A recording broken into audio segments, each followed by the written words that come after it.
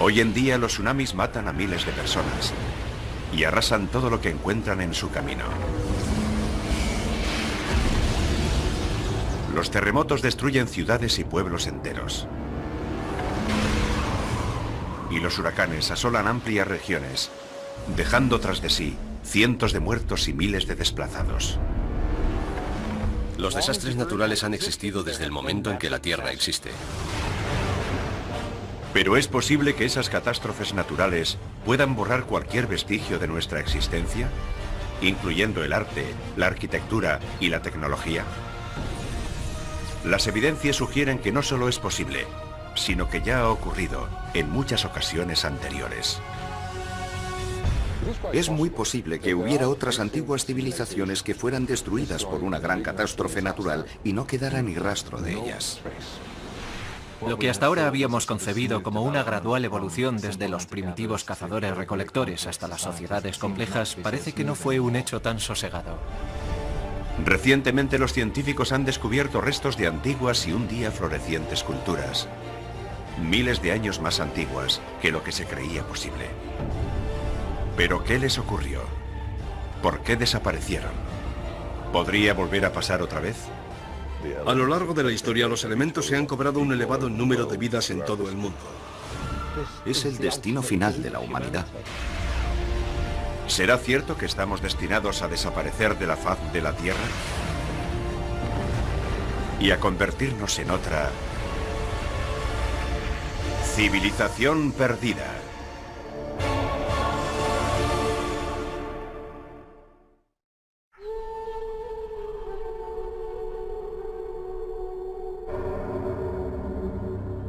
El desierto de Rub al-Khali, en Omán. Es un inhóspito y desolado paraje de la península arábiga, y su nombre en árabe significa el cuarto vacío. Sobre sus arenas desérticas y bajo el calor abrasador, aquí tan solo moran las venenosas arañas camello, las mortíferas víboras gariba y algunos pequeños grupos de nómadas beduinos.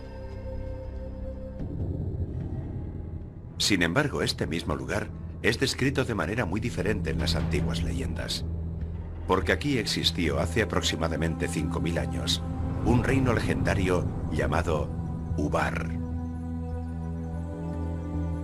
Un lugar de gran esplendor y riqueza, pero que según los relatos resultó destruido por Dios, debido a la maldad y corrupción de sus gentes. En diversos suras del Corán se cuenta que se desató un fuerte viento que destruyó la ciudad, porque no se conformaban con la palabra de Dios. Varios profetas intentaron devolverlos al camino de la virtud, pero ellos se negaron. Y por eso la ciudad y su civilización fueron destruidas.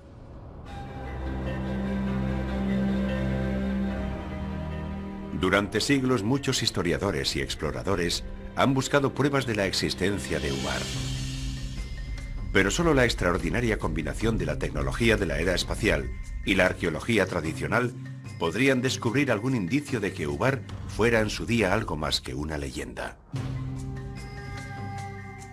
En 1983, el arqueólogo aficionado Nicholas Clapp se dirigió a la NASA con una singular petición, que dio como resultado una expedición conjunta a la península arábiga.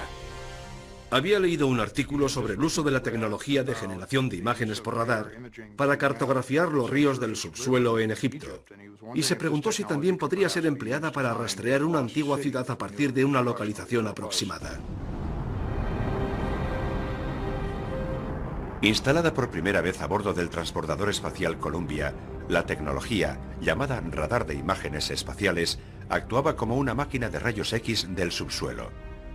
Primero se tomaban las imágenes desde el espacio y después se manipulaban digitalmente para resaltar los detalles imposibles de percibir a simple vista, incluidos antiguos cauces de ríos y rutas de caravanas hoy enterradas por la arena. Nunca imaginé que la ciudad perdida pudiera descubrirse desde el espacio, pero ellos insistieron y analizaron todos los rasgos que pudieran ser reveladores.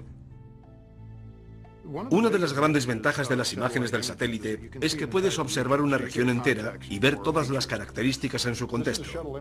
Esta es una imagen del radar espacial de una zona desértica del sudoeste de Egipto, parte del Sáhara, que actualmente es uno de los lugares más áridos de la Tierra. Este largo trazo de aquí es un río, el cauce de un antiguo río tan ancho como el actual valle del río Nilo. Esto es un río muy pequeño que discurre por aquí. Pero si nos trasladásemos al lugar, lo que veríamos sería esto. Estamos en medio de uno de esos cauces que mostraba el radar, y la ribera está ahí, un poco más arriba. Aquel descubrimiento avivó nuestro interés, porque los antiguos humanos dependían de las mismas cosas que nosotros. Necesitaban encontrar agua y una red de caminos para transportarla. De pronto fuimos capaces de comprender la relación entre los distintos trazos de las imágenes, y descubrimos algunos vestigios en la zona. Fue un gran salto adelante en la búsqueda de Ubar. Las imágenes de radar de Rub al-Khali tomadas por el satélite también mostraron antiguos caminos de caravanas a lo largo del borde oriental de la península.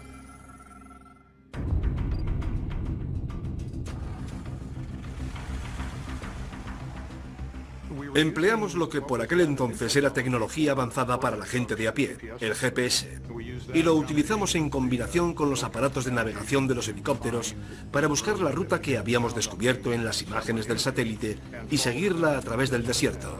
Fue apasionante. Decidimos aterrizar en una zona en la que había una especie de colina y a su pie un pozo de agua. Y cuando bajamos me preguntaron, ¿qué le parece este lugar? Y les contesté, miren, ahí se aprecian unas construcciones. En principio tenía todo el aspecto de ser un antiguo asentamiento humano, con muros de piedra, restos de edificaciones, y había piezas de cerámica por todas partes. Así pudimos identificar una serie de asentamientos que fueron muy importantes en la antigüedad, y uno de ellos resultó ser la ciudad de Ubar.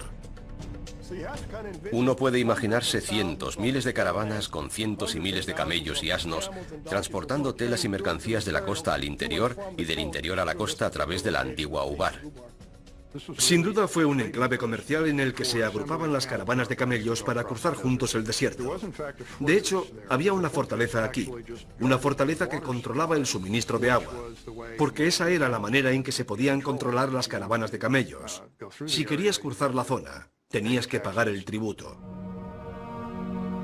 Excavaciones posteriores dejaron al descubierto los restos de 8 torres, unidas por muros de 9 metros. Lo que venía a coincidir con la descripción que de Ubar se hace en el Corán, como una ciudad de majestuosas columnas. Pero si en verdad existió la legendaria urbe, ¿significa eso que las demás narraciones sobre Ubar también son ciertas? Por ejemplo, su destrucción tragada por las arenas. Según la opinión de los geólogos, fue la erosión de un acuífero subterráneo debajo de la ciudad lo que causó la desaparición de Ubar.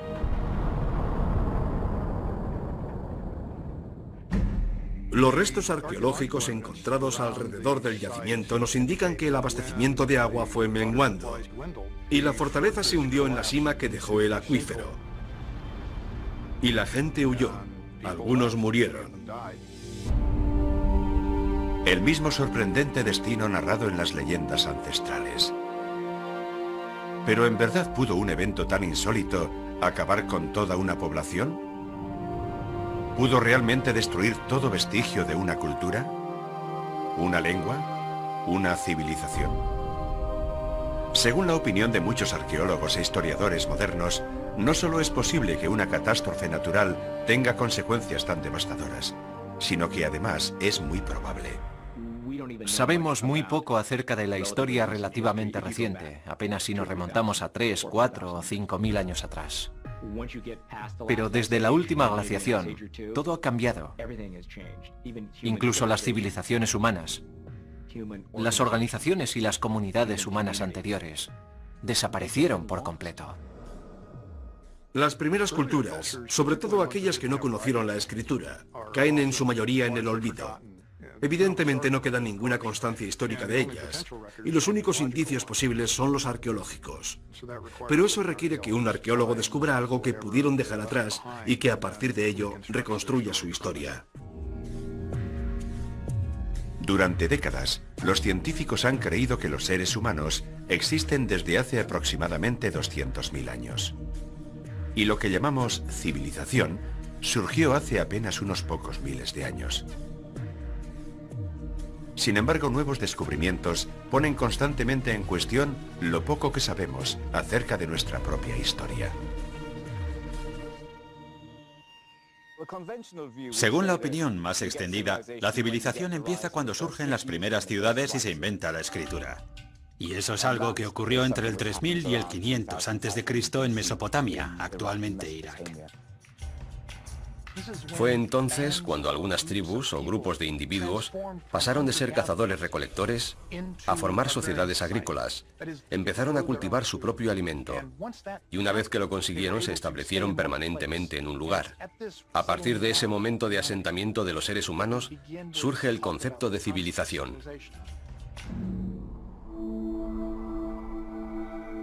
Con mayor o menor exactitud, conocemos el pasado bastante bien hasta una decena de miles de años atrás.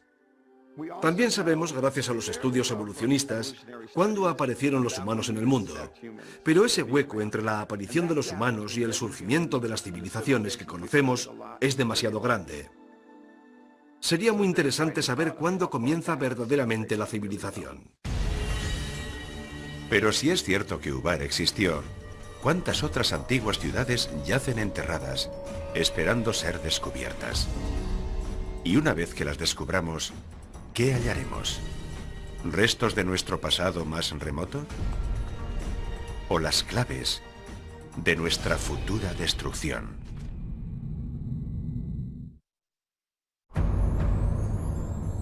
Şanlıurfa, este de Turquía, 1994. En lo alto de una loma, el arado de un granjero kurdo se detuvo de golpe al tropezar con una gran piedra rectangular medio enterrada.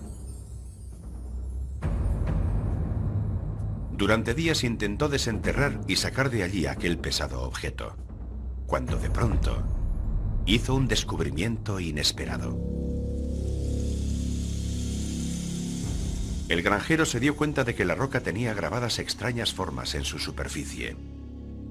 El hallazgo no tardó en atraer a multitud de equipos de arqueólogos internacionales al yacimiento. Tras una cuidadosa excavación, aparecieron una serie de enormes bloques de piedra megalíticos. Y sobre su superficie, asombrosamente bien conservadas, las tallas en relieve de animales, jabalíes, zorros, vacas y algunos pájaros, no todos propios de la región. Son unas tallas magníficas, muy hermosas. Algunos de los leones son ciertamente asombrosos. Está claro que es un lugar especial. Pero lo más increíble era que el yacimiento llamado Göbekli Tepe, la colina del ombligo en turco, tenía 11.000 años de antigüedad. 5.000 años anterior a cualquier otro asentamiento conocido comparable. Göbekli Tepe es un elemento transformador. Para los arqueólogos significa que debemos ampliar y expandir nuestra definición de civilización para incluirlo en ella. Göbekli Tepe nos cogió a todos por sorpresa. Nunca habíamos visto algo así. Mostraba un alto grado de sofisticación. Es un descubrimiento asombroso para el periodo tan temprano al que pertenece. Göbekli Tepe es extraordinario. Es 7.000 años más antiguo que las grandes pirámides. Si antes pensábamos, ¿cómo podían poseer una tecnología y un conocimiento así los egipcios en un estadio tan prematuro de la humanidad? Mucho me temo que en adelante tendremos que replantearnos totalmente esas ideas, porque Göbekli Tepe es 7.000 años anterior. Muy recientemente, las imágenes de radar del yacimiento nos han ayudado a descubrir un enorme complejo que comprende más de 20 grandes estructuras ovales, cada una de las cuales se compone de unas columnas megalíticas talladas en forma de T, junto con 4 pilares de piedra caliza unidos entre sí por muros de piedra de casi 2 metros, y colocados en círculos que van de 9 a 30 metros de diámetro. Es obvio que hubo un gran trabajo de planificación. Fue planeado, se movilizó mano de obra para hacerlo y se erigió para mantenerlo como lugar de culto durante un largo periodo de tiempo. Las piedras pesan entre 15 y 20 toneladas la mayoría, aunque algunas pueden llegar a pesar hasta 40 y 60 toneladas. La organización que tuvo que acompañar a un proyecto así es absolutamente asombrosa. Claramente tuvo que haber cientos, quizás miles de personas implicadas en la construcción de este sitio. Pero ¿quién construyó Göbekli Tepe? ¿Y con qué propósito? Göbekli echa por tierra todo lo que creíamos hasta ahora. Pensábamos que desde los cazadores-recolectores a las sociedades complejas, la evolución había sido lenta y gradual, pero queda claro que no. El responsable de la excavación del yacimiento, Klaus Schmidt, opina que el lugar tuvo que ser un importante centro regional, porque el emplazamiento es impresionante, y desde ese lugar parece que uno pudiera contemplar el mundo entero. Algunos arqueólogos creen que las tribus nómadas del Neolítico viajaban desde lugares muy lejanos hasta Göbekli Tepe para tomar parte en celebraciones rituales. Otros creen que se trata de un templo o un lugar de sacrificio. Pero todos coinciden en que se trataba de algún tipo de ceremonia religiosa. Debía de ser un santuario o algún tipo de centro religioso. No son asentamientos, ni tampoco lugares de enterramiento. Tenían que ser centros ceremoniales. Los investigadores sostienen que Göbekli Tepe fue utilizado durante cerca de 2000 años. Pero que para el año 7000 a.C., los círculos de piedra habían sido abandonados y enterrados intencionadamente. ¿Pero por qué? ¿Por qué motivo alguien enterraría este mágico conjunto de al menos 20 estructuras diferentes y posiblemente muchas más? La única explicación que se me ocurre es que algo había cambiado y tuvieron que marcharse a otro sitio. Y la mejor forma de dejarlo era sencillamente enterrarlo todo. La gente no abandona las cosas así sin más. Esos lugares eran tan sagrados, o al menos tan importantes para ellos, que los taparon con tierra para preservarlos de alguna manera, y luego volvieron a edificar encima o cerca de ellos. Göbekli es uno de esos sitios sagrados. Las evidencias demuestran que aquella gente enterraba intencionadamente esos templos o lo que fueran, antes de marcharse y levantar otro. Creo que aquí ocurría algo muy profundo. Debemos enmarcarlo en su contexto cronológico. Estamos en el final de la última glaciación, un momento de enormes cambios. Y hay indicios claros que demuestran que durante aquella época se produjo una gran catástrofe, posiblemente causada por el impacto de un asteroide o un cometa sobre la parte norte del continente americano. Y encontramos pruebas que lo corroboran por todo el mundo. Fue en esa misma época cuando construyeron Göbekli Tepe. Y debemos preguntarnos por qué. La respuesta parece ser que tuvieron que hacerlo. Algo estaba ocurriendo. ¿Una catástrofe global? ¿Provocada por el impacto de un cometa o un asteroide? ¿Podría ser esa la respuesta y la razón por la que los antiguos moradores de Göbekli Tepe abandonaron el lugar? ¿O fue inmediatamente después del cataclismo, cuando se construyó el conjunto como un templo o un lugar de acción de gracias? Algunos investigadores creen que la respuesta puede encontrarse cerca de allí, en el monte Ararat, que según la Biblia hebrea, es el lugar en el que el arca de Noé se posó después de que las aguas del diluvio universal se retirasen. Si nos fijamos en el monte Ararat, nos daremos cuenta de que se encuentra a unos pocos cientos de kilómetros de Göbekli Tepe.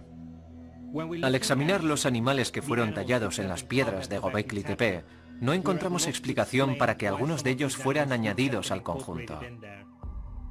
No forman parte de la fauna de la zona. La cuestión es, ¿aún así pudieron habitar allí en aquel momento? Y si así fuera, ¿cómo habían llegado hasta allí? Si recurrimos a la mitología, encontramos una respuesta que encaja. Podrían ser los animales del arca de Noé. El origen de los relatos sobre el diluvio universal Ha sido objeto de amplias investigaciones. Los encontramos a lo largo de todo el planeta. Existe una versión de los nativos norteamericanos, los indios Ojibwa. Existe otra versión en China. Aparece en la mitología griega y también en la hindú.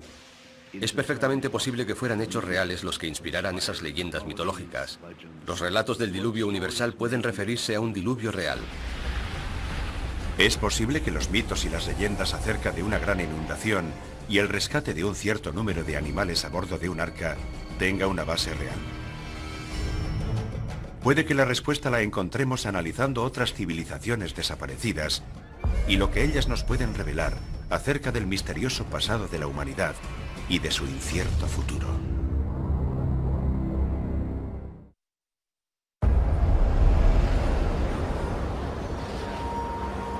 ...26 de diciembre de 2004... Sumatra, Indonesia. Un colosal seísmo de fuerza 9,1 sacude el fondo del Océano Índico a cientos de millas mar adentro y genera un tsunami devastador. En pocos minutos perecen 230.000 personas y más de 2 millones se quedan sin hogar.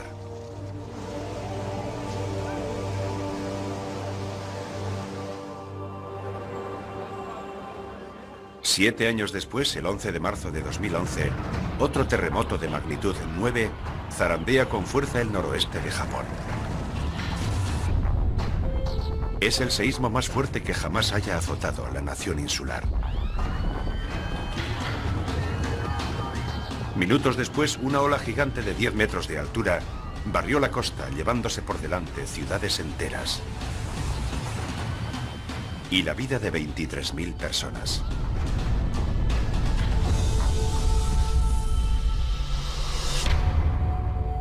Sin embargo, si las ciudades modernas, concebidas y diseñadas para resistir el embate de los desastres naturales, pueden ser destruidas en apenas unos minutos, quizá pudieron sufrir el mismo destino otras civilizaciones hoy desaparecidas. Ha habido desastres naturales desde los albores de la Tierra.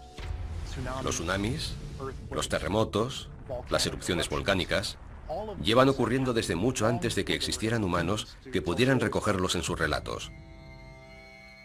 Los volcanes son famosos por haber causado estragos en las civilizaciones antiguas, y Pompeya es el ejemplo más ilustrativo. El Vesubio entró en erupción, y toda una región quedó paralizada en el tiempo y se destruyó.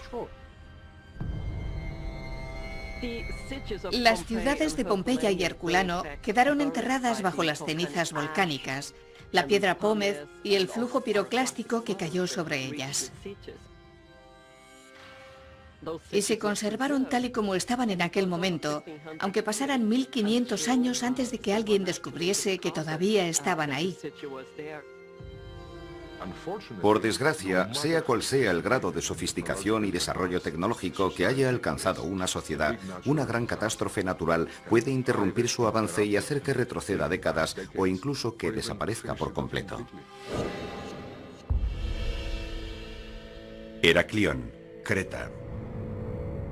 En 1894, el lingüista y arqueólogo británico Sir Arthur Evans arribó a esta isla del mar Egeo para tratar de descifrar unas tablillas de barro recientemente descubiertas que en principio parecían pertenecer al período griego temprano. Sin embargo, lo que Evans descubrió dejó sin habla a los historiadores de todo el mundo. Las inscripciones jeroglíficas no eran griegas, sino de alguna otra civilización desconocida que se remontaba al año 5000 a.C. 3 años después, el mismo Evans lideró una expedición que desenterró lo que vendría a llamarse el Palacio de Knossos.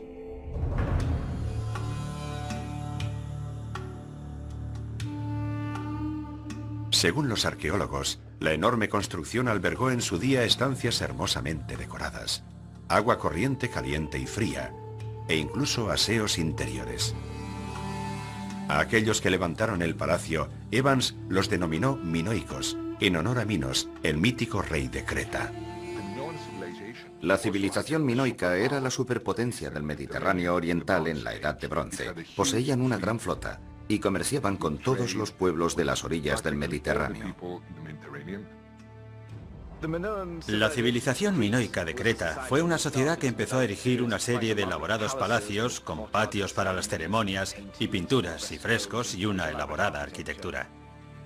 En la actualidad consideramos que los minoicos fueron la primera gran potencia del Mediterráneo. Su reinado se extendió desde el 2500 hasta el 1600 a.C. Pero ¿cómo pudo desaparecer completamente un pueblo tan poderoso y tecnológicamente desarrollado? La mayoría de los estudiosos creen que la respuesta puede estar en una de las mayores erupciones volcánicas de la historia de la civilización, en la isla de Tera, actualmente Santorini, a unos 100 kilómetros al norte de Creta.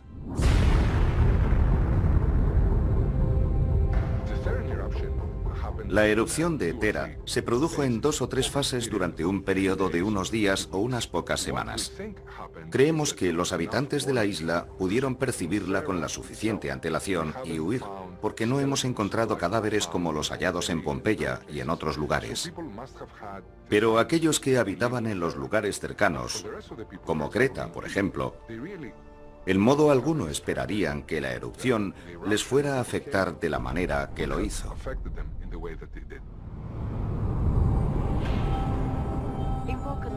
En vulcanología, las erupciones se clasifican en diferentes tipos. Desde las erupciones suaves, que se limitan principalmente al flujo de lava, hasta las erupciones plinianas, e incluso las ultraplinianas, si son muy grandes. La erupción de Tera fue una erupción pliniana o ultrapliniana, una explosión terrible que debió volar gran parte de la isla. El cielo se oscureció y las nubes volcánicas se extendieron y arrojaron sobre el suelo las cenizas que han sido halladas en lugares tan distantes como Rodas y el suroeste de Turquía. En otras direcciones, la señal de alarma de la erupción serían las explosiones que se oirían a mucha distancia. Actualmente la opinión generalizada es que a consecuencia de la violenta erupción de Tera, un gigantesco tsunami avanzó hacia las ciudades del litoral de Creta. Esta es una representación del mar Egeo en el Mediterráneo oriental y del volcán de Tera. Vamos a ver qué ocurrió inmediatamente después de la erupción. En primer lugar, se crea lo que llamamos una onda de relleno cuando la caldera del volcán se derrumba. Se forma un vacío en el océano. Y entonces, la ola empieza a desplazarse hacia la isla de Creta. Allí era donde vivían los minoicos. De modo que esta onda inicial empieza a desplazarse. Esto es Creta. En cuestión de 20 o 25 minutos, la ola llegó hasta allí. Tendría entre 5 y 10 metros de altura.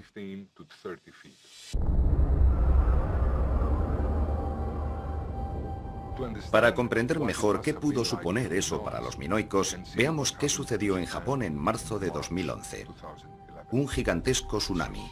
Las consecuencias de su devastación todavía son perceptibles en la sociedad japonesa. Sí, es cierto que se han recuperado, pero no estaban solos. Todo el mundo les ha ayudado. Imaginen a los minoicos que no tenían a quien pedir ayuda.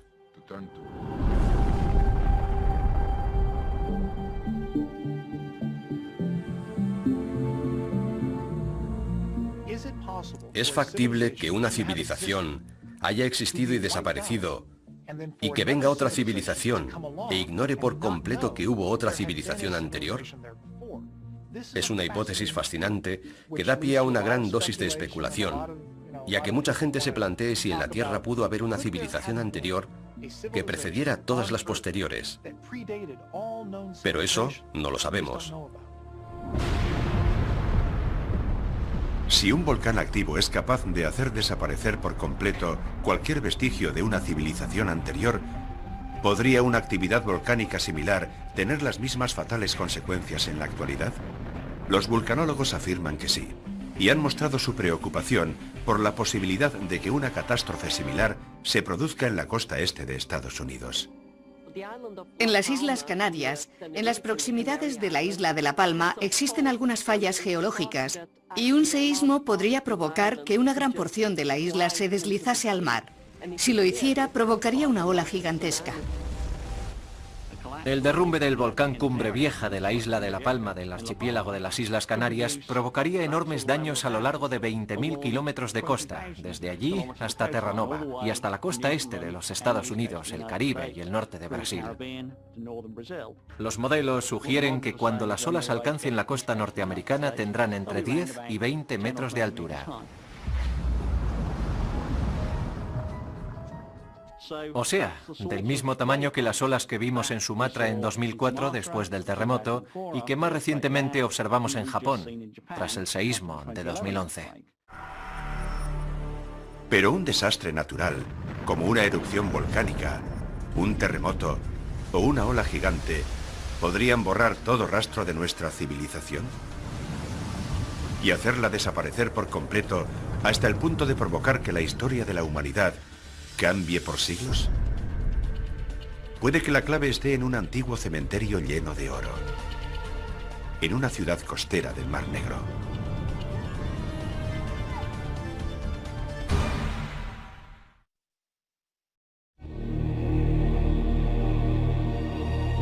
Varna, Bulgaria.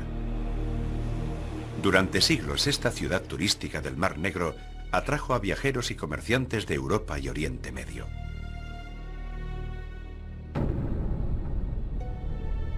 En el siglo II de nuestra era, los romanos construyeron unos grandes baños termales sobre los manantiales que existían aquí. Pero ninguno de los que los visitaron, ni siquiera los nativos del lugar, conocían el secreto que yacía oculto a gran profundidad debajo de la urbe. Un secreto que, una vez revelado, cambiaría la historia de Europa para siempre. Todo ocurrió a finales del otoño de 1972. Entonces se iniciaron unas obras de construcción en la zona industrial de Varna. Estaban haciendo unas zanjas para introducir la conducción eléctrica. El operario Recho Marinov estaba cavando una zanja de 1,5 metros de profundidad cuando se topó con lo que pensó que eran unas viejas piezas de quincalla de cobre. Marinov se llevó las piezas a su casa. Y después de un par de semanas, alguien del pueblo le dijo: esas piezas que has encontrado son muy interesantes. El director del museo de Dalgopol fue a casa del empleado y cuando vio las piezas se llevó una gran sorpresa. Al día siguiente, los arqueólogos del Museo de Varna, con Alexander Minchev entre ellos, regresaron al solar donde estaban haciendo las obras y se quedaron atónitos al ver lo que había allí.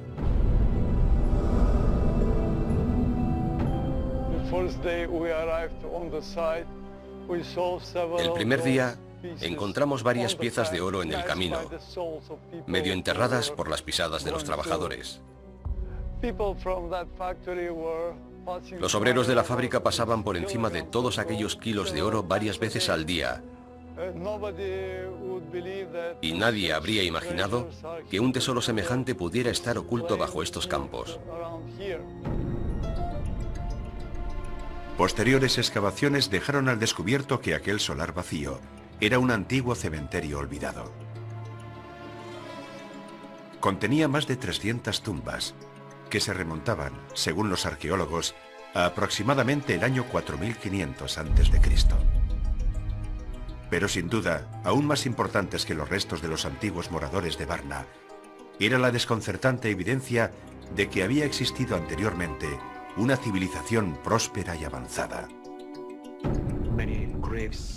Algunas tumbas todavía conservaban restos humanos, con los cuerpos yaciendo en diferentes posiciones, pero orientados todos con la cabeza al norte o nordeste. Y habían sido enterrados con sus armas y ornamentos. Había muchos objetos, ciertamente extraordinarios, y encontrarlos todos juntos en un cementerio demuestra que algo muy importante estaba ocurriendo en la zona de Varna.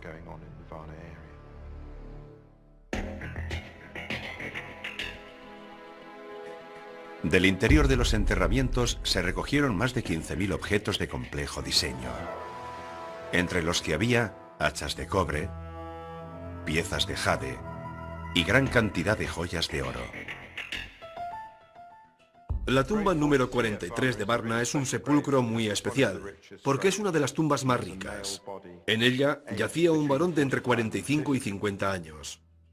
Los objetos que tenía a su lado son realmente admirables, y uno de ellos es una funda de oro para el pene. Es un símbolo de potencia sexual, del poder del macho, de fertilidad. Tenía eso en un lado, y al otro lado, este símbolo de poder, la maza de oro. En ningún otro lugar del mundo se ha hallado una combinación semejante de simbolismo político y sexual.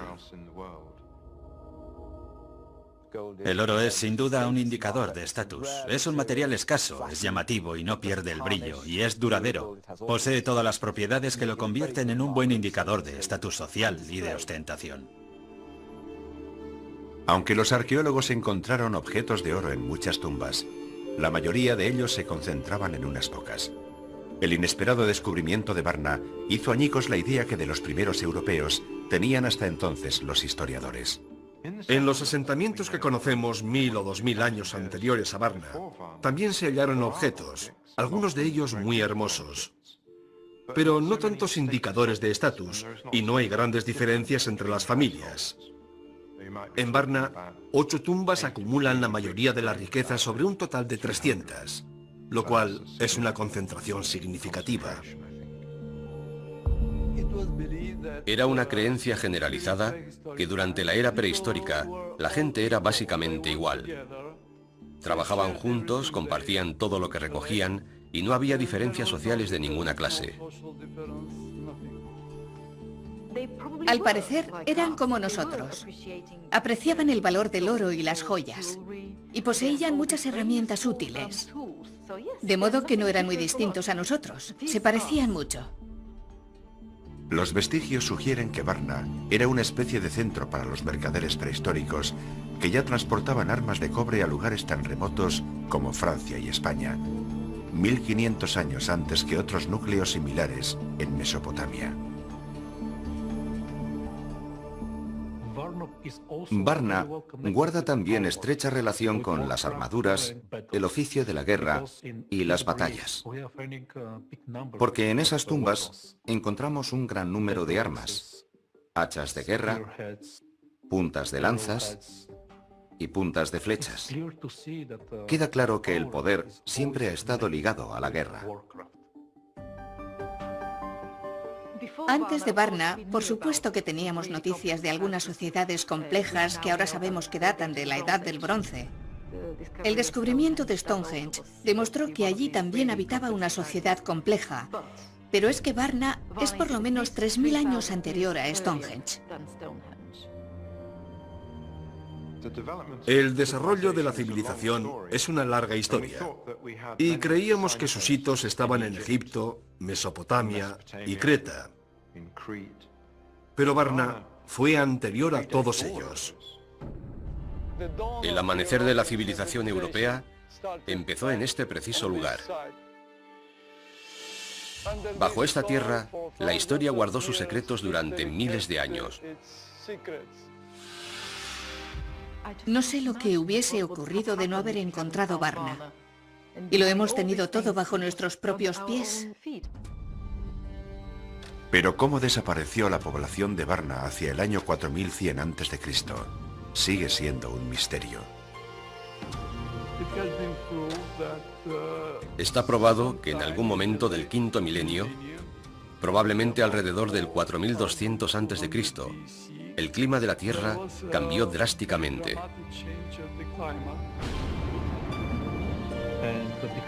Esto provocó que el nivel de las aguas subiera y contribuyó a que las temperaturas subieran.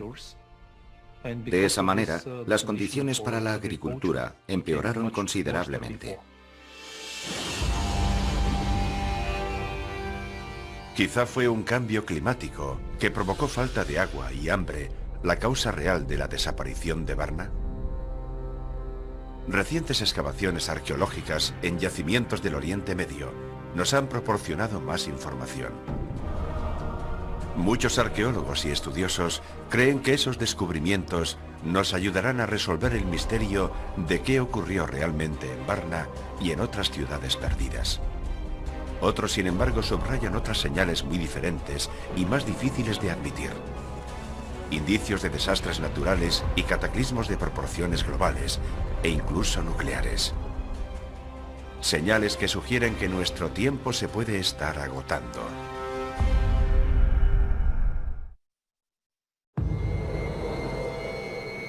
Tel Hamukar, al nordeste de Siria. 12 kilómetros al norte de la frontera con Irak.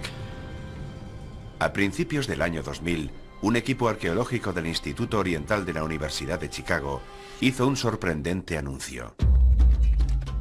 Habían descubierto las ruinas de una civilización con una antigüedad de más de 6.000 años. Las excavaciones habían sacado a la superficie una otrora próspera ciudad llamada Tel Hamukar, llena de lo que parecían ser espléndidas mansiones, prósperos negocios y edificios administrativos. Es grande, tendrá 1 kilómetro cuadrado.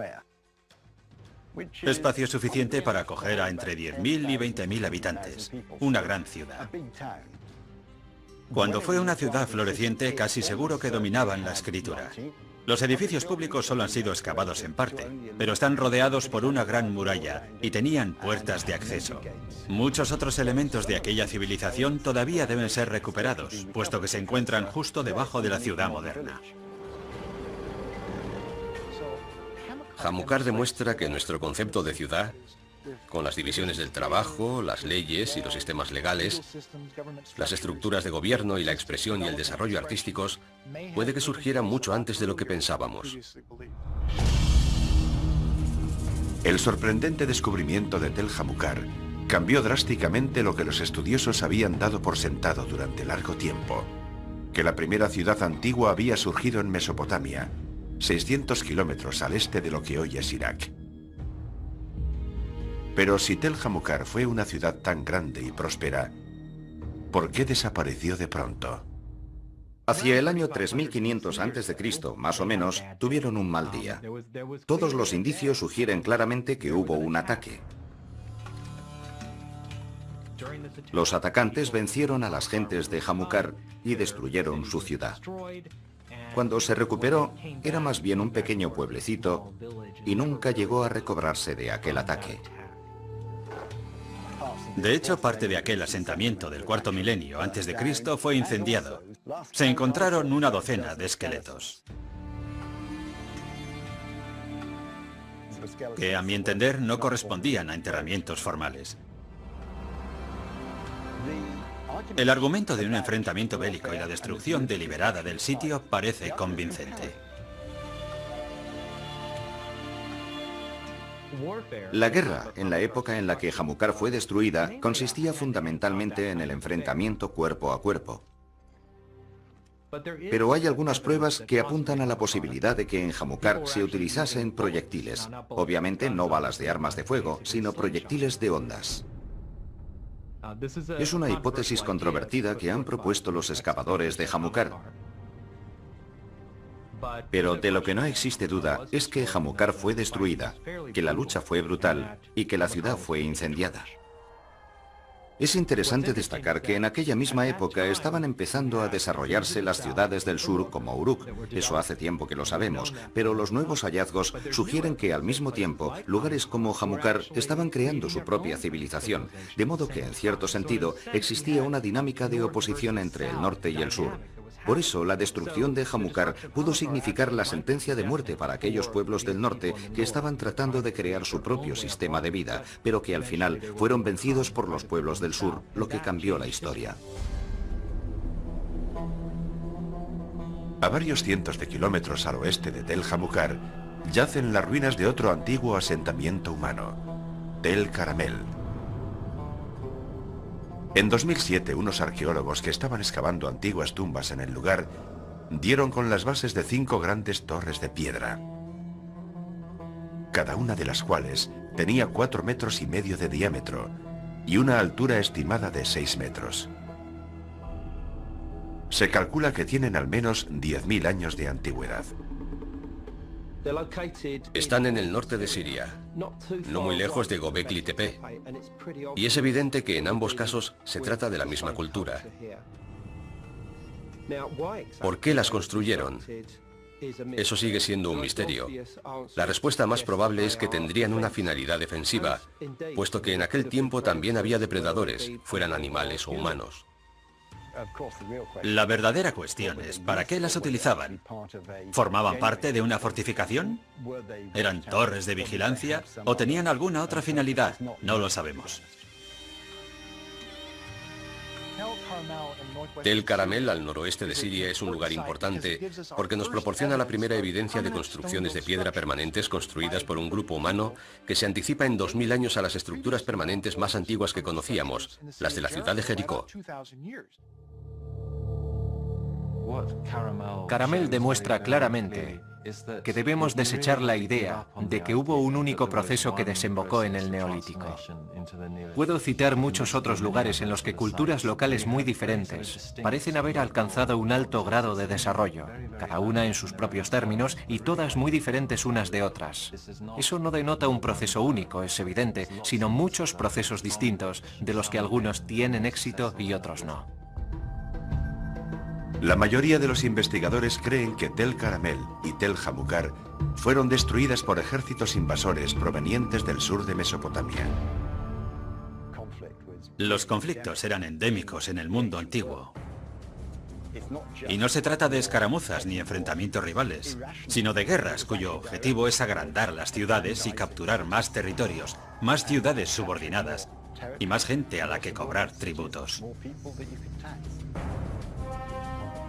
¿Pero acaso las guerras territoriales fueron la única razón de que aquellas antaño grandes ciudades antiguas fuesen destruidas? Hace poco se ha propuesto una nueva hipótesis, mucho más audaz.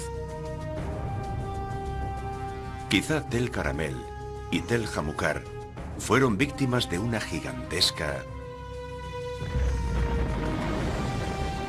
explosión nuclear espontánea. En 1972, unos científicos descubrieron en Gabón, África, indicios de que pudiera haberse producido un suceso nuclear semejante en las profundidades de una mina de uranio. Fue descubierto gracias al conocimiento que hemos desarrollado de los subproductos derivados de los reactores nucleares. Midiendo la cantidad que hay de un residuo concreto, podemos fechar su antigüedad y descubrir que tiene 2000 millones de años de antigüedad. El Sol es un reactor nuclear que nos da la vida. Pero la cuestión es, ¿pudo haber uno también en la Tierra? En los años 50 se hicieron algunas predicciones sobre qué componentes serían necesarios para que hubiera un reactor nuclear natural en algún lugar del núcleo de la Tierra. El uranio 235 es nuestra fuente principal de combustible para los reactores de fisión, y es relativamente común. De hecho, es más abundante que el oro. Por eso, en la escala de los elementos importantes y necesarios es bastante común y se puede extraer de las minas. Para que se desencadene una reacción nuclear, las dos cosas imprescindibles son una densidad suficiente de uranio y algo con lo que disminuir la velocidad de los neutrones. Uno de los mejores medios para ralentizar los neutrones y facilitar una reacción en cadena es el agua. Y en esta zona en particular del oeste de África coinciden la combinación justa de suficiente agua, suficiente uranio y la densidad de uranio necesaria. He ahí un reactor nuclear. El estallido de un reactor natural provocaría un desastre de la magnitud del de Chernóbil, una emisión de radiación que afectaría a la salud de la población. Una explosión de fisión nuclear, que es lo que ocurriría con el uranio en un escenario natural, es algo que ninguno deseamos que ocurra. Si ocurriera, estallaría en el interior de la Tierra. Sería muy parecido a la erupción de un volcán. Un desastre natural. Hoy en día algunos científicos creen que una explosión nuclear de esas características habría borrado todo signo de vida a cientos, quizá miles de kilómetros a la redonda del depósito de uranio. Y si ocurrió en el oeste de África, ¿por qué no pudo suceder también en cualquier otro sitio de la Tierra?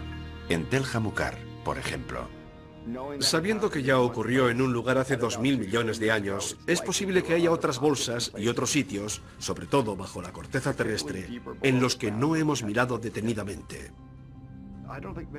No creo que mucha gente haya investigado la hipótesis de que pudieran ser varias enormes catástrofes naturales las que provocaron la desaparición de las civilizaciones.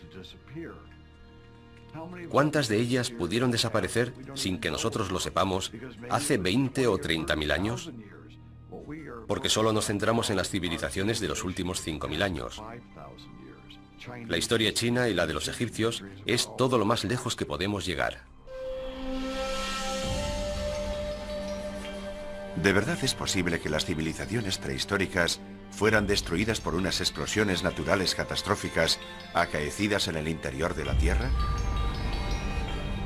O quizá la destrucción en masa de las antiguas ciudades la provocaran otros agentes venidos de muy lejos.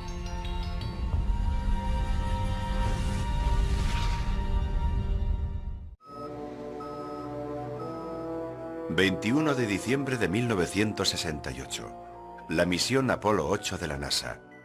Dirigida por el comandante Frank Borman, fue la primera nave espacial que alcanzó la Luna. Mientras completaban 10 vueltas alrededor de su órbita, los astronautas tomaron algunas de las mejores imágenes jamás captadas de la superficie lunar. Las imágenes mostraron la superficie lunar salpicada de miles de grandes cráteres, dato que sugería para algunos que nuestro satélite había sido en algún tiempo escenario de una intensa actividad volcánica. Pero hipótesis más recientes nos indican que pudo haber otra razón más significativa, que los numerosos cráteres de la Luna sean los impactos de enormes asteroides. Asteroides que pudieron también bombardear la Tierra. Lo importante no es el hombre en la Luna, sino los cráteres de la Luna. Y durante la historia de la Luna y de la Tierra, es probable que muchos más objetos hayan impactado en la Tierra que en la Luna. La única razón por la que no los vemos en la Tierra es que la vegetación y el entorno los han tapado, haciéndolos más difíciles de detectar. El mayor cataclismo natural que podría suceder y que nos borraría de la faz de la Tierra sería un impacto cósmico. Un meteorito que cayera sobre la Tierra. Sabemos que el impacto de un meteorito fue la razón principal de la desaparición de los dinosaurios.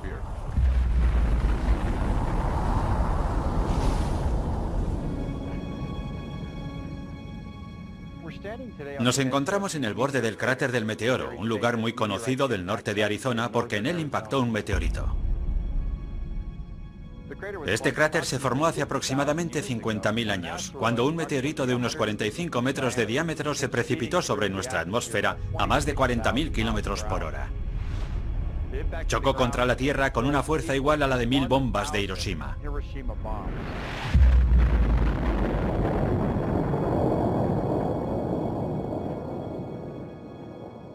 Después del impacto, todo lo que quedó de él fue este cráter, que tal y como lo conocemos hoy en día, mide 1,2 kilómetros de diámetro, unos 4 kilómetros de circunferencia y casi 170 metros de profundidad. Es decir, que si metiéramos el monumento a Washington en su interior, la punta del obelisco llegaría justamente al borde del cráter. Si un episodio así aconteciera en un área densamente poblada, como Nueva York, por ejemplo, todo rastro de vida desaparecería en un radio de 15 kilómetros.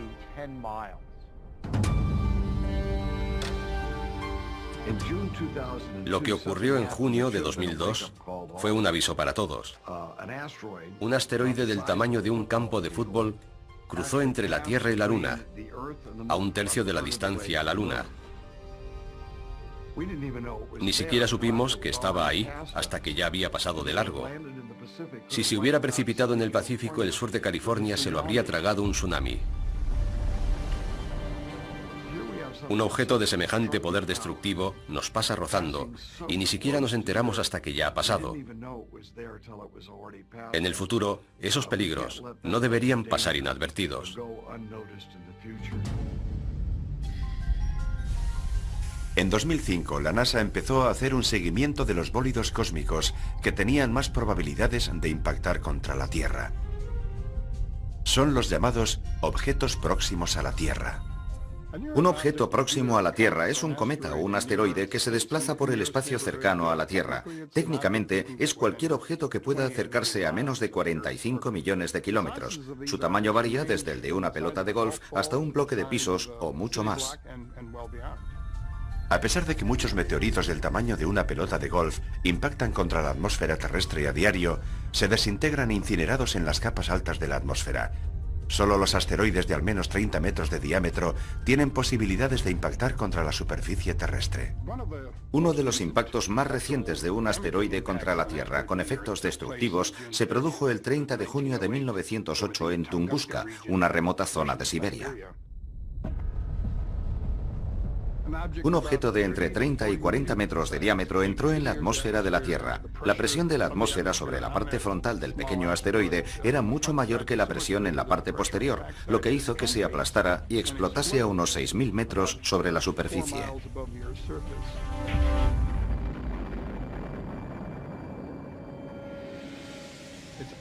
Arrasó toda la vegetación en un área de 2.000 kilómetros cuadrados. Es una región deshabitada, por lo que nadie resultó herido, aunque mató a algunos renos y derribó e incendió gran cantidad de árboles y causó grandes perjuicios en la zona. No en vano, la energía liberada fue de unos 5 megatones, unas 385 veces la bomba arrojada sobre Hiroshima. Aunque el impacto de cualquier meteoro del tamaño de un campo de fútbol tendría consecuencias devastadoras, los científicos temen a aquellos que son aún mayores.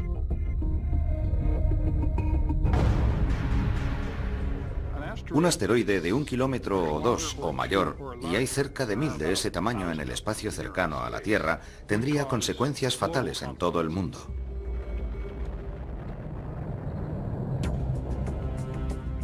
Pero ese no es el problema principal. El mayor problema es el polvo y los escombros que levantaría a la atmósfera y que obstaculizarían el paso de la luz del Sol. Caería una lluvia ácida, y las tormentas de fuego provocadas por el regreso a la Tierra de los escombros provocarían incendios en todo el mundo. El hollín, junto con el polvo levantado por el impacto, harían imposible la fotosíntesis imprescindible para la vida de las plantas y, por ende, de los animales que se alimentan de esas plantas. O sea que lo peor del impacto de un asteroide serían los efectos secundarios. Los impactos de asteroides y meteoros contra la Tierra podrían aniquilar no solo grandes comunidades de organismos vivos, sino también civilizaciones enteras, y ya lo han hecho en el pasado. Desde hace unos pocos años, el equipo de los objetos próximos a la Tierra de la NASA ha ampliado su búsqueda para incluir objetos de más de 140 metros de diámetro. Uno de ellos, un asteroide de 300 metros de ancho, llamado Apophis, se acercará a la Tierra en 2029.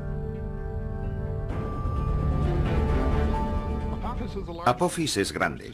Fue descubierto en 2003 y durante un tiempo se pensó que iba a chocar contra la Tierra. Existe una probabilidad de entre 37 de que impacte contra nuestro planeta en 2029.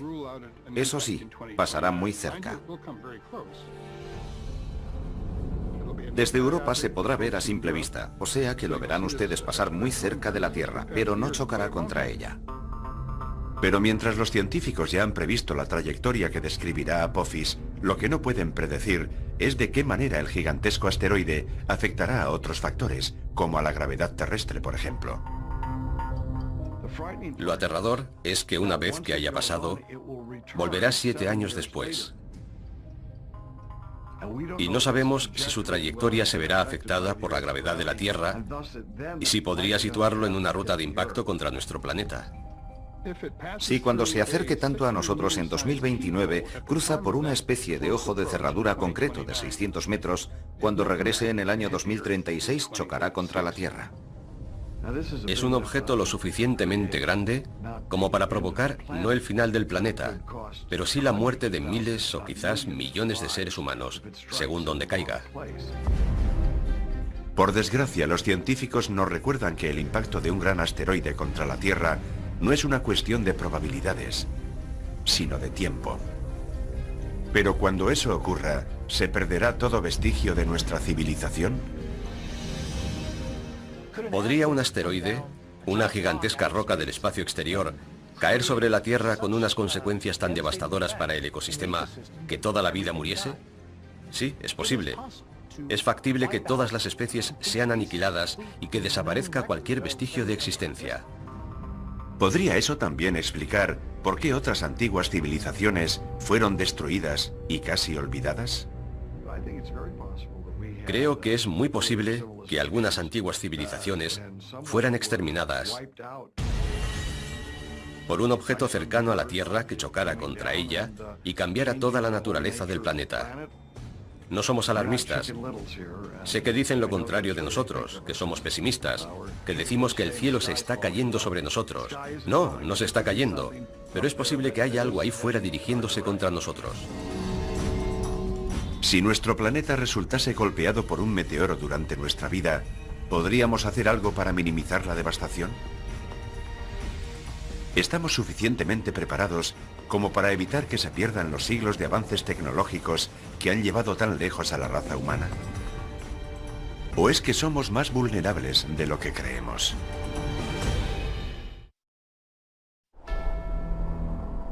El monte Kilimanjaro, en Tanzania. En el año 2000, el paleoclimatólogo Lonnie Thompson y su equipo de investigadores perforan profundamente el glaciar que cubre la cima del monte.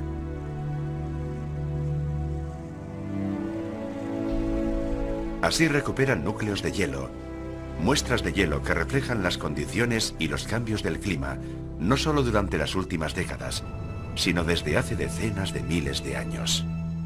Un núcleo de hielo es una columna de hielo.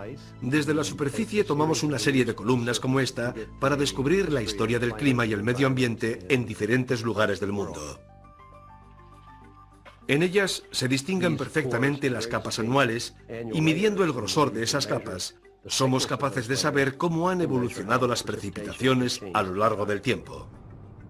Registra una cronología de la composición de nuestra atmósfera que se conserva en las burbujas de aire que han quedado atrapadas en el hielo. Así, podemos remontarnos hasta más de 800.000 años atrás, midiendo cosas como el dióxido de carbono, el metano y el óxido nitroso. También hay microorganismos que quedan atrapados en el hielo. De hecho, hemos recuperado organismos que llevaban en el hielo más de 50.000 años. De modo que todo aquello que se encuentra en el aire queda archivado en el hielo. Lo que observamos es que hay periodos de calma y otros periodos en los que se producen cataclismos, y esa es la verdad de la vida en este planeta. Vamos dando tumbos de uno a otro. Las muestras, los núcleos de hielo que Thompson ha recogido en los glaciares de todo el mundo, se conservan aquí, en la Universidad Estatal de Ohio, almacenados en estos grandes congeladores. Ahora disponemos de un espacio de 7.000 metros. Aquí está la única colección del mundo de hielo del trópico. Aquí guardamos los núcleos del Kilimanjaro. También tenemos hielo de la tierra de Francisco José, en el Ártico ruso. Estas son muestras de hielo del Himalaya y del Tíbet. Y el núcleo más antiguo jamás recuperado proviene de una región montañosa perdida del oeste de China. Es de hace 750.000 años. Los núcleos de este estante provienen del altiplano Bruce Plateau, en la península antártica. Los recuperamos el pasado año. Ahora habrá que cortarlos y procesarlos en el laboratorio. Un reciente estudio de las muestras de los núcleos de hielo sugiere que un drástico cambio climático se produjo en la Tierra hace 5.200 años.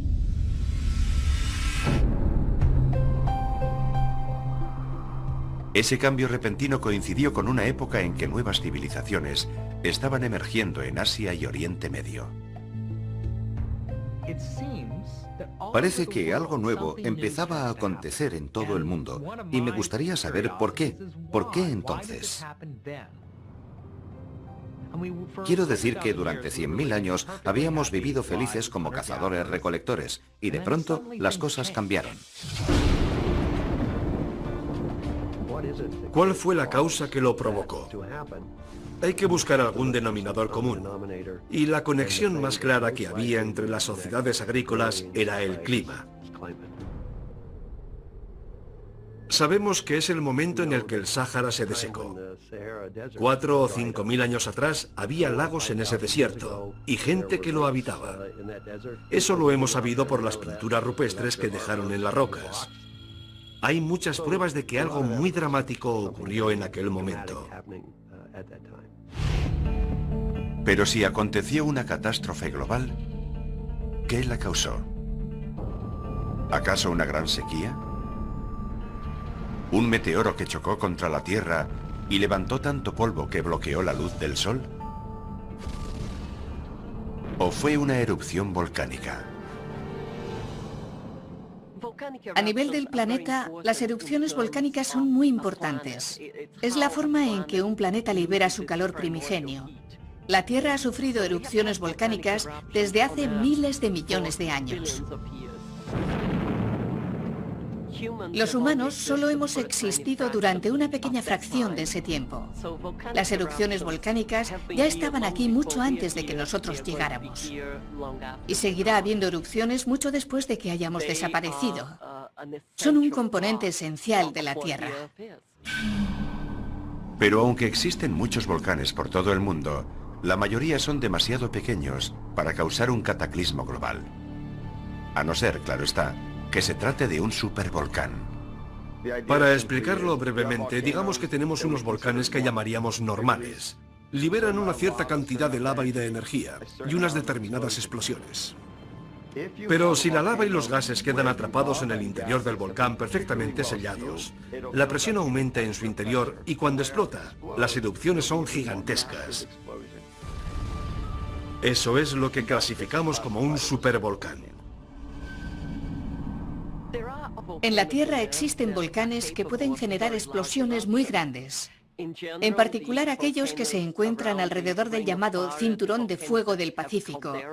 Volcanes que tienen grandes calderas, como los de Nueva Zelanda, Papúa Nueva Guinea y también Alaska. Los científicos ya han identificado al menos 7 supervolcanes por todo el mundo. El mayor de todos se encuentra en el Parque Nacional de Yellowstone, en Wyoming.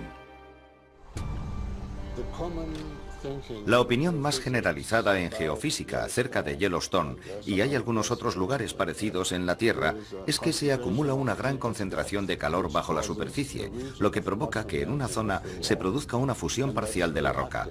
Es un proceso activo y existe la posibilidad de que un día entre en erupción y estalle con gran violencia.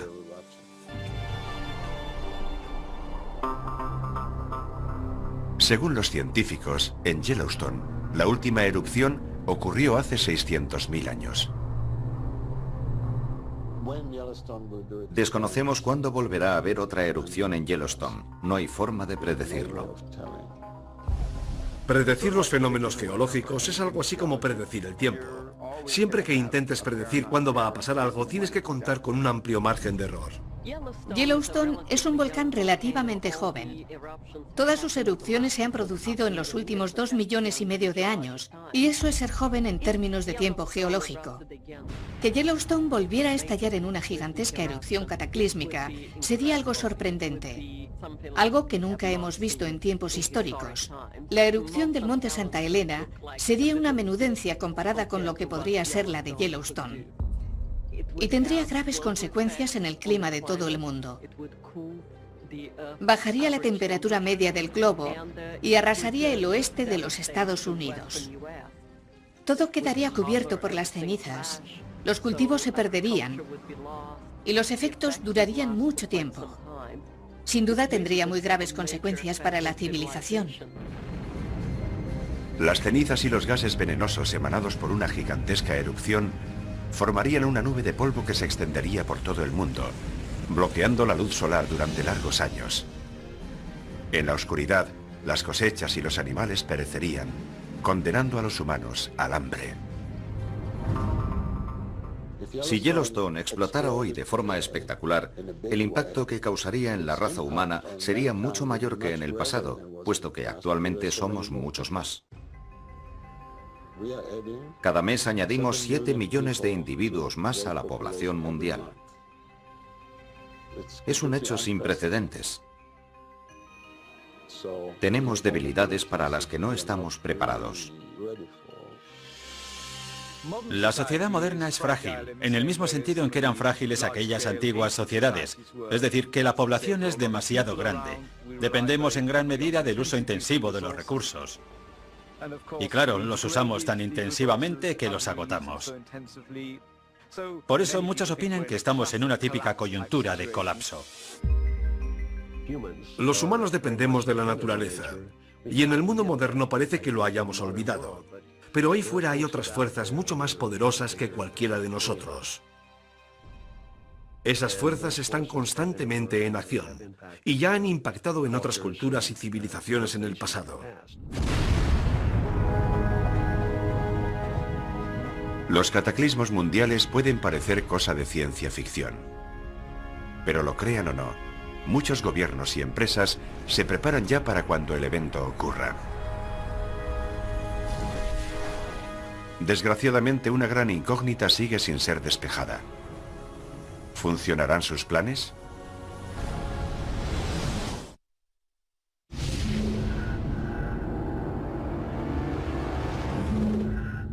Los científicos nos recuerdan que nuestro planeta ya ha sufrido otras extinciones en el pasado, y como consecuencia de cada uno de esos acontecimientos, el número de plantas y animales se redujo a unos pocos supervivientes. Pero si la civilización tal y como la conocemos ha llegado a su fin, ¿también desaparecerán por completo toda nuestra cultura y nuestra tecnología? A lo largo de la historia hay muchos casos de gentes de tiempos pasados que desarrollaron una tecnología y unos conocimientos que luego se perdieron. Uno de los casos más famosos es el de la Biblioteca de Alejandría en Egipto. Con su destrucción, en los primeros siglos de nuestra era, se perdió todo el conocimiento que los antiguos habían acumulado. Y no era solo el saber de los egipcios, sino el de todas las culturas del mundo clásico. ¿Qué le ocurre a una civilización si todo su conocimiento colectivo es destruido? Nunca sabremos qué tipo de civilización seríamos hoy en día si la Biblioteca de Alejandría no hubiera sido destruida. Guardaba muchísimos conocimientos, especialmente conocimientos médicos que dominaban los egipcios y que nosotros desconocemos. ¿Habremos recuperado una buena parte de aquello? ¿Habremos redescubierto mucho? Es posible. Pero ¿cuánto más habríamos avanzado de no haber perdido aquel conocimiento y haber tenido que volver a empezar y redescubrir algunas cosas? Siempre cabe la posibilidad de que algunas áreas del conocimiento de aquellas primeras sociedades se hayan perdido para siempre, pero nunca lo sabremos, puesto que no tenemos modo de averiguarlo. A diferencia de épocas anteriores en las que mucha información se guardaba tallada en piedra, hoy día nuestra información y los registros de nuestra vida diaria se almacenan en chips de memoria de silicio. Pero si desaparecen, será increíblemente difícil. Tendrán que pasar decenas de miles de años para que la gente reconstruya nuestras vidas y se hagan una idea de cómo era nuestra forma de vida. Irónicamente, es probable que el arte prehistórico sobre la roca tenga más probabilidades de supervivencia en un futuro inmediato que la mayor parte de nuestra moderna tecnología. Hutchinson, Kansas. A 200 metros bajo la ciudad hay un enorme almacén del tamaño de 35 campos de fútbol.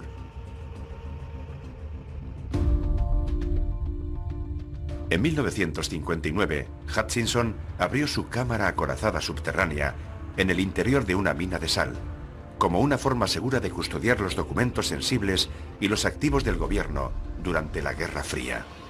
Lo llaman el almacén perpetuo, y es sin duda la cápsula del tiempo más grande del mundo. El subsuelo no es siempre el lugar más adecuado para guardar riquezas, pero posee algunas virtudes importantes. La temperatura se mantiene siempre estable y algunas reacciones químicas que provocan la descomposición dependen de las fluctuaciones de temperatura. La humedad también desempeña un papel importante. Si puedes mantenerla estable, ni demasiado alta ni demasiado baja, también actúa como un magnífico agente conservador. Por eso en los museos mantienen estables la temperatura y la humedad. Y una forma de mantenerlas inalterables sin que sea necesario un gran gasto de energía es sumergirse en el subsuelo. Y aún mejor en una mina de sal, puesto que la sal actúa como un protector natural. Por poner un ejemplo, las pieles de los animales sobre las que se escribieron los manuscritos del Mar Muerto se sumergieron en la sal del mismo mar, que actuó como un conservante natural y protegió la piel de la acción destructiva de los microbios. Esa es una de las razones por las que han llegado hasta nosotros. Entre los singulares y valiosos objetos almacenados en el depósito están las copias originales de muchas grandes películas y programas de televisión, además de importantes fotografías y documentos históricos.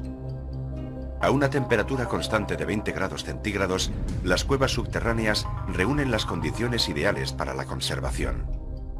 En cualquier civilización, incluida la nuestra, si hay algo que deseas conservar, lo metes en una caja acorazada o lo guardas en una cueva, donde no está expuesto a los elementos. Las cuevas de la Europa meridional han conservado en muy buenas condiciones las pinturas y dibujos prehistóricos. Los más antiguos y elaborados los descubrieron en 1994 en el Valle de Ardèche, en Francia. Los expertos han datado las pinturas del interior de la cueva Chauvet en el año 30.000 a.C. Es una de las mejores cuevas ornamentadas de la Edad del Hielo que tenemos. Es extraordinaria. Nunca se había encontrado una de ese tamaño en toda la región. Es increíblemente valiosa. Contiene cerca de 400 pinturas y grabados de animales, hermosas representaciones de caballos, rinocerontes y osos. Una variedad de escenas impresionante.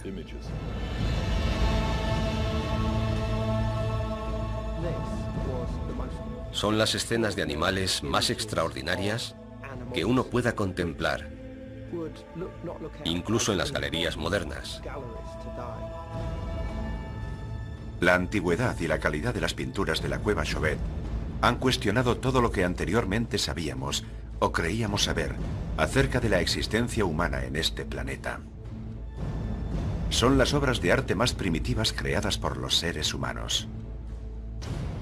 Lo más interesante de la cueva Chauvet es que en ella nos encontramos con el Homo sapiens, tratando de representar ideas y pensamientos abstractos en las paredes de su cueva, mucho antes aún de que se inventara la escritura y mucho antes de la primera definición de civilización. La cuestión es ¿por qué lo hacían? ¿Acaso aquellos artistas primitivos plasmaban su arte en las paredes de piedra de las profundidades de las cavernas con la intención de preservarlo para las generaciones futuras? 30.000 años antes, ¿es posible que los únicos vestigios de nuestra existencia sean los que se conservan seguros bajo tierra? Algo que se ha tallado en piedras y permanece en un entorno adecuado puede conservarse durante miles e incluso millones de años, sobre todo si permanece enterrado bajo tierra. En una remota isla noruega, a 1.300 kilómetros al sur del Polo Norte y a 120 metros de profundidad, en el interior de una montaña arenisca, se encuentra la bóveda global de semillas de Svalbard. Se creó para salvaguardar la amplia diversidad de cultivos y plantas que nos sirven como alimento. Actualmente alberga más de 20 millones de semillas. Las semillas se conservan en una mina de carbón abandonada que ha sido transformada en un almacén con unas condiciones estables. Algunas semillas aguantan largos periodos de tiempo, otras deben ser plantadas, cultivadas y cosechadas de nuevo como semillas. De modo que no es un entorno estático, sino que las semillas son renovadas constantemente e intercambiadas con otros bancos de semillas de todo el mundo. Creo que el banco de semillas se ha concebido expresamente para hacer frente a una hipotética destrucción de la civilización.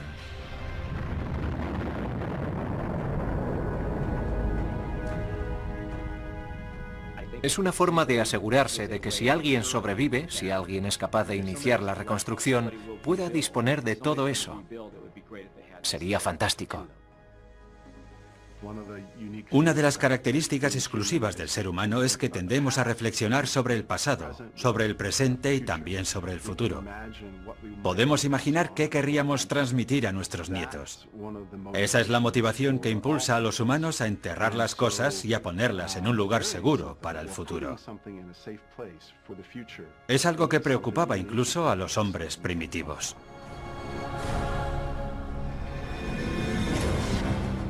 Si las civilizaciones de la antigüedad guardaron deliberadamente el testimonio de su conocimiento y su desarrollo tecnológico en las cuevas y otras estructuras subterráneas, esos tesoros escondidos podrían ayudarnos a resolver el misterio de quiénes somos y de dónde venimos.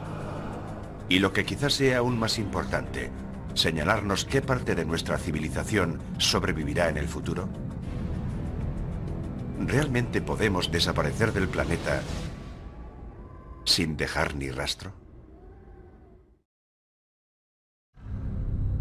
La vida en el planeta Tierra, según los científicos, se formó hace aproximadamente 4.500 millones de años.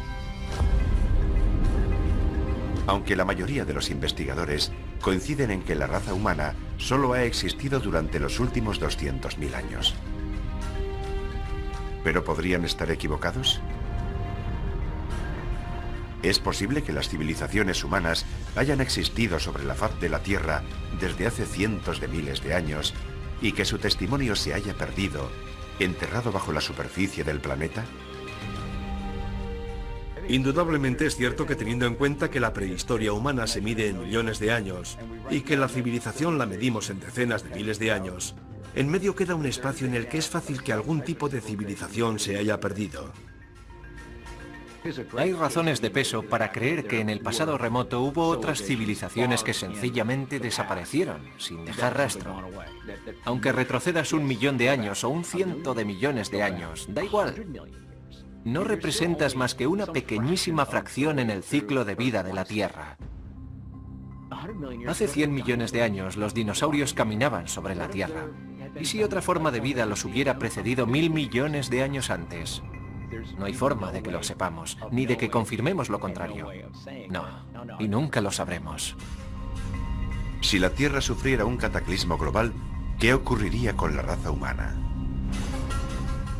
¿Qué pasaría si toda nuestra civilización fuese arrasada por una erupción volcánica gigante que convirtiera la atmósfera en una nube tóxica y todos muriésemos? ¿Volveríamos a aprender a cocinar con el fuego? ¿Cuánto tiempo nos llevaría? Solo sobrevivirán los que se encuentren en lugares lejanos y resguardados. Empezarán por ser cazadores-recolectores de nuevo hasta que miles de años después vuelvan a construir una civilización. Si efectivamente algunas antiguas civilizaciones se han perdido, ¿será posible también que los restos de nuestra sociedad moderna actual terminen enterrados bajo tierra y olvidados en el tiempo? Tomemos el caso de Chernóbil, por ejemplo, para constatar con qué rapidez se han deteriorado las construcciones modernas. Y en el plazo de 50 años, la mayor parte de estas infraestructuras se habrán descompuesto irremediablemente. Si hoy alguien anunciara, Nueva York, abandonadlo todo, marchaos de ahí. Dentro de 1000 años estaría cubierto por los detritos o el agua. La mayoría de los edificios se habrían derrumbado mucho antes. Pero si añadimos otro factor y nos vamos a un plazo de 10.000 años, no creo que existiera ya nada reconocible. Uno tendría que saber exactamente qué buscar para poder dar con ello. Puede que alguno de los escasos remanentes de la tecnología humana que perdure sea uno de sus subproductos más peligrosos. Los residuos nucleares. El mayor peligro es, por supuesto, la radiación. La parte positiva de los materiales radiactivos es que con el tiempo se descomponen y desaparecen naturalmente. El problema es que en el caso de algunos de ellos, para que eso ocurra tienen que pasar miles, decenas de miles y hasta millones de años. Por eso es imprescindible diseñar un lugar de almacenamiento en el que depositarlos durante tan largo tiempo. La controversia es grande a la hora de decidir cómo deshacerse de los residuos nucleares que generan la energía y las armas nucleares. Deben ser almacenados en algún lugar de la Tierra. Pensaron enterrarlos en el subsuelo a gran profundidad.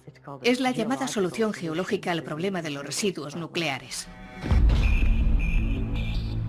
El Departamento de Energía de los Estados Unidos ha puesto a trabajar a un grupo de investigadores junto con los ingenieros en los lugares seleccionados para almacenar los residuos nucleares. Su tarea será desarrollar un sistema de alarma universal que pueda ser entendido por los humanos del futuro, al menos durante otros 10.000 años. Deben concebir una mitología que alerte a las personas y les avise del peligro.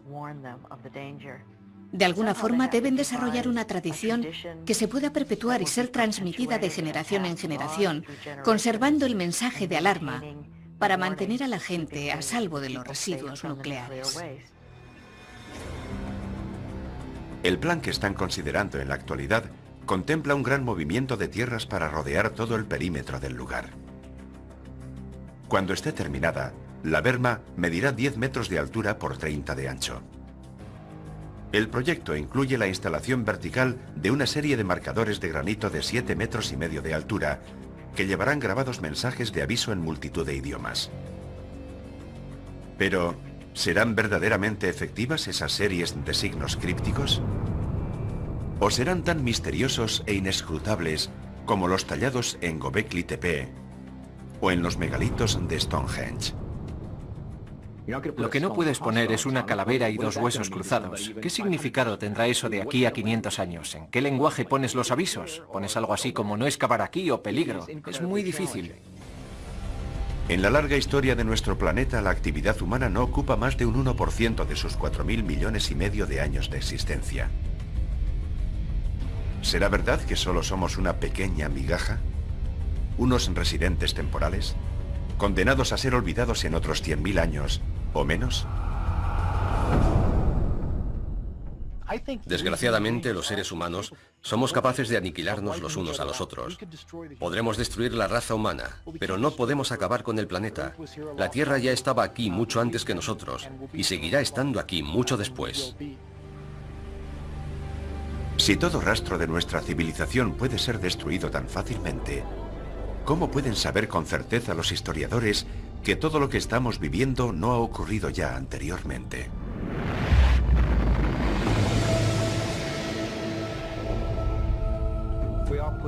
Cada vez llegamos más atrás en el tiempo y creo que llegará el momento en que las pruebas, que quizás ya tenemos en nuestras manos, nos hagan darnos cuenta de que existieron otras civilizaciones anteriores. Pero por ahora somos incapaces de reconocer sus señales. El origen de las cosas cada vez se sitúa más y más atrás, ya sean las cerámicas o los asentamientos, o el uso del fuego o lo que sea. No se puede fijar una fecha y decir, y antes de esto no hubo nada, porque en cualquier momento surgen otras pruebas que demuestran lo contrario. El hecho de que las civilizaciones hayan surgido en más de una ocasión y de que hayan sido arrasadas por algún cataclismo y hayan vuelto a nacer, debería servirnos para extraer algunas enseñanzas. Lo cierto es que un verdadero estudioso reconocerá sin dudarlo que cuanta más información tenemos, más nos damos cuenta de que no sabemos nada del mundo. Cuando lo piensas, los testimonios escritos que nos han llegado desde el pasado remoto son tan escasos que no sabemos casi nada. ¿Es tan misteriosa realmente la historia de la humanidad? ¿O hay señales que aún permanecen ocultas, esperando a ser descubiertas?